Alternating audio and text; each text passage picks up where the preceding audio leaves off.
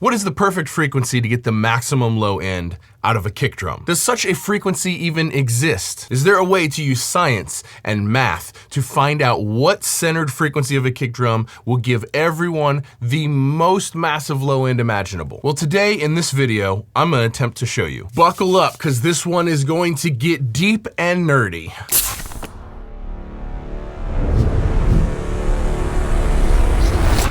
Hey everyone, I'm Cole Caparoon. Thank you so much for stopping by for another video. Now, I just got back from NAMM where I spoke on a couple panels. At my panel at Flock Audio, Darren, the owner, asked me what I found more challenging about pop music. The first two things that popped in my head was the cleanness of it, and secondly, the low end, how to get the maximum low end. And so we spent a minute talking about that, and I thought, you know what? This needs to be its own video. Now, there are two gigantic parts to having the maximum low end in a mix, and this goes for any genre. This is not just about pop. So the first thing is the playback system, and this is something I've never really heard anybody talk about before, not like this anyway. Now, most of us make music on systems that are very, very capable of reproducing low end. I know here in my room is basically flat down to like 27 hertz. The low end in here is insane. So when I'm mixing something, I can shove all of the low end into a mix and it still sounds good in this room.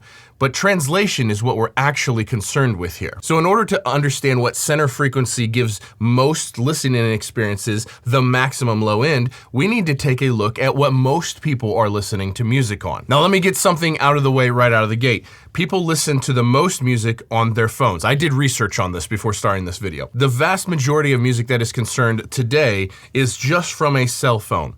We're not considering these people because if they're just throwing music on their cell phone, throwing it down on a table or the kitchen counter, they are not concerned with how hard and deep the low end hits in the music they're listening to. So that stat is out the window. Next up, earbuds. Now, as best as I could tell, the single most commonly used earbuds are Apple AirPods and Apple AirPod Pros. Now, this isn't by a huge margin because only about 63% of people that have iPhones use AirPods. And then, of course, we have to take into consideration all the Android users as well. But from the numbers that I could find, Apple AirPods and AirPod Pros were just slightly above user count than everything else. Down from earbuds was vehicles. Now, I tried to look at frequency responses for a bunch of different vehicles, and I couldn't really find much except for the Ford F-150. Now, the F-150 is the best-selling truck in America, and so I thought this was a fair data point to just use the F-150. Next up, Bluetooth speakers. I used the Bose SoundFlex in order to run these numbers. And then below that, there's a whole smattering of other systems, whether it's sound bars, laptops, you know, overhead at the grocery store kind of stuff. But what I did was I looked at all of these different systems and I looked at the frequency responses of all of these different systems. Because here's the problem. I could have a center frequency in my kick drum in this room of 32 hertz, and it's gonna sound great, and it's gonna be thunderous, and it's gonna be deep, and it's gonna be glorious. But when you play that in an F-150 or in some regular Apple AirPods, they're not even gonna hear that kick drum. It is below the frequency point that those systems can even reproduce. And so when we're talking about what center point of a kick drum will give the maximum low end experience, we really have to pay attention to what people are listening on and the frequency response of those systems. Now, like I said, this is only half the equation, so hang out with me and I'll get to the second half soon. So while my room goes all the way down to about 27 hertz,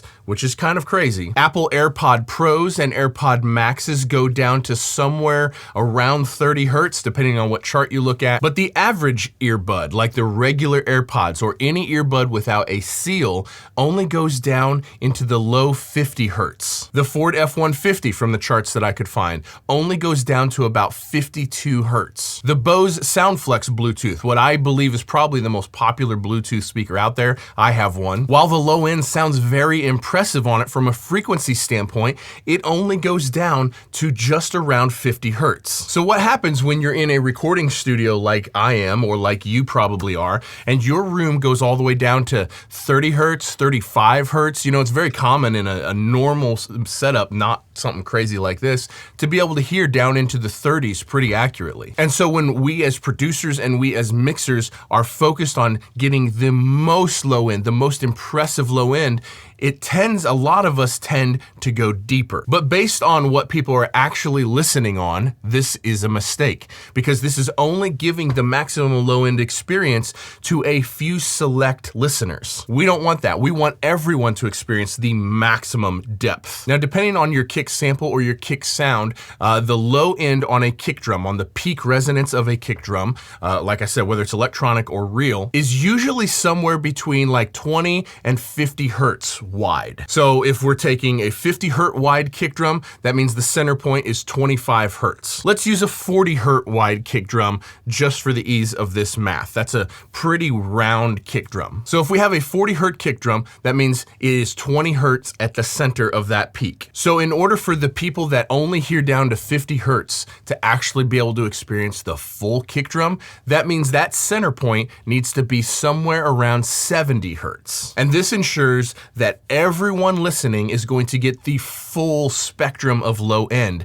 that you're actually giving them. This kick drum centered somewhere around 70 hertz or higher is going to be the maximum sweet spot for low end. Now in samples, electronic music, this is very easy to just tune the sample up and down. In real drums, you would actually tune the kick drum up or down. With a tuning key, you would loosen the head to get a lower frequency. So once I did all of these numbers and really looked into all of this, it actually made a lot of sense to me. Because after 22 years of mixing records, I've mixed kick drums centered from, 40 hertz all the way up to 100 hertz. And usually somewhere in the 60 to 70 hertz range is what I have always felt was the sweet spot. And I've felt this way for a decade or more. So seeing the data of the frequency response of a bunch of listening systems confirm this was actually really cool. Anytime I have a kick drum that is centered lower than 60 hertz, it usually just sounds loose and floppy, and it doesn't have much punch or power to it. But this gets into the second problem with choosing the frequency point for a kick drum, and that is headroom. See, the lower the center frequency of a kick drum goes, and we want it to be perceived as the same volume or amplitude of low end, the more headroom it eats up on our mix bus, and the less loud we can actually make our masters. So if you have a kick drum centered at 75 hertz, and you can achieve -6 LUFS on your mix bus or on your masters, when you move that same kick drum down to 40 hertz, and then you have to turn it up in order for it to be perceived as the same volume of low end. Just moving it down eats up headroom, but moving it down and turning it up, which is what you would have to do in order for it to be perceived the same, that starts exponentially eating up headroom in your mix bus, meaning your masters have to be much, much quieter the lower that kick drum goes. And again, for me personally, when it comes to headroom, I've always found that kick drums centered somewhere around 65 to 75 hertz felt the best to me. I could get the mix slamming loud, super, super loud, but it had enough low end in everything that I listened to. Now, there's a whole lot more that goes into what makes low end feel good. Before we go on, there are links in the description down below for every single piece of gear that I use. So anytime you guys need any piece of musical gear whatsoever, you can jump on any one of my videos, click on any link in the description of any video. Once you're on the site, you can purchase absolutely anything you need. It costs you nothing extra, but doing so goes a long ways to help support this channel, help me keep making videos just like this. Those links go to Sweetwater. So massive thanks to Sweetwater for sponsoring this video, for allowing me to do videos like this. And a huge thanks to you guys for using those links anytime you need to purchase anything, a pack of guitar strings, a mic cable, your holy grail compressor, literally anything. Thank you so much for using those links. Thank you to Sweetwater for sponsoring this video. Now, there's a whole lot more that goes into what makes low end feel good. There's the decay of the low end, there's the quality of the low end, how smooth is the wave of the low end, how much saturation does it have, how much phase problems does the low end have interfering with other elements within the mix, the actual waveform of how much amplitude it has. Is it a giant spike of amplitude with a huge attack and then a nice long decay, or a giant spike and a super short decay? Is it a very smooth sounding kick drum where there's not a super sharp transient, it's more of a slope? There's a ton of stuff that goes into the quality of low end, but from a frequency standpoint, this is what I feel is the best.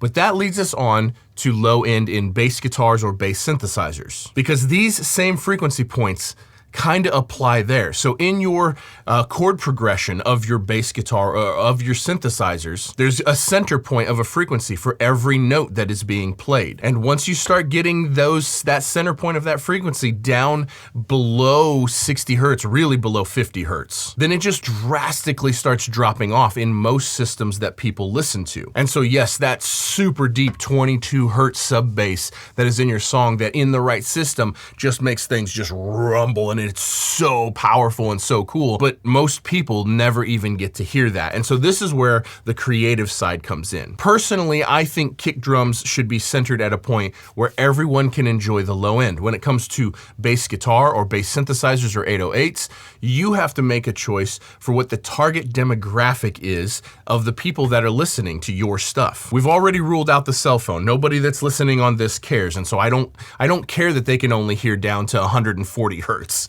I'm not gonna mix for these people. But you have to decide what you are gonna mix for. Are you gonna mix only for people on a crazy system, crazy hi-fi or home theater or crazy studio system? Are you only gonna mix for people who have insane systems with subwoofers in their cars? Or do you want to equally care about the people that are listening on cheap earbuds or cheap Bluetooth speakers? That is a creative choice that only you can make. For me, I'm making music for everyone. For me personally, having something that is shockingly impressive in this room, that's cool, but if most people never even get to experience it, and in fact have a worse experience of the music sounds like it has less low end because the system they're listening on can't reproduce the frequencies of low end that I've put into the music, I feel like I've failed at that point. So what is the perfect kick drum frequency to get maximum low end?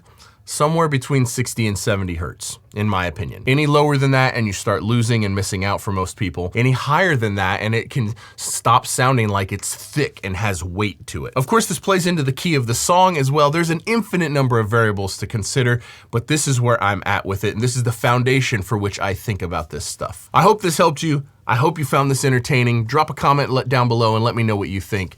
I'll see you guys in the next one. Peace.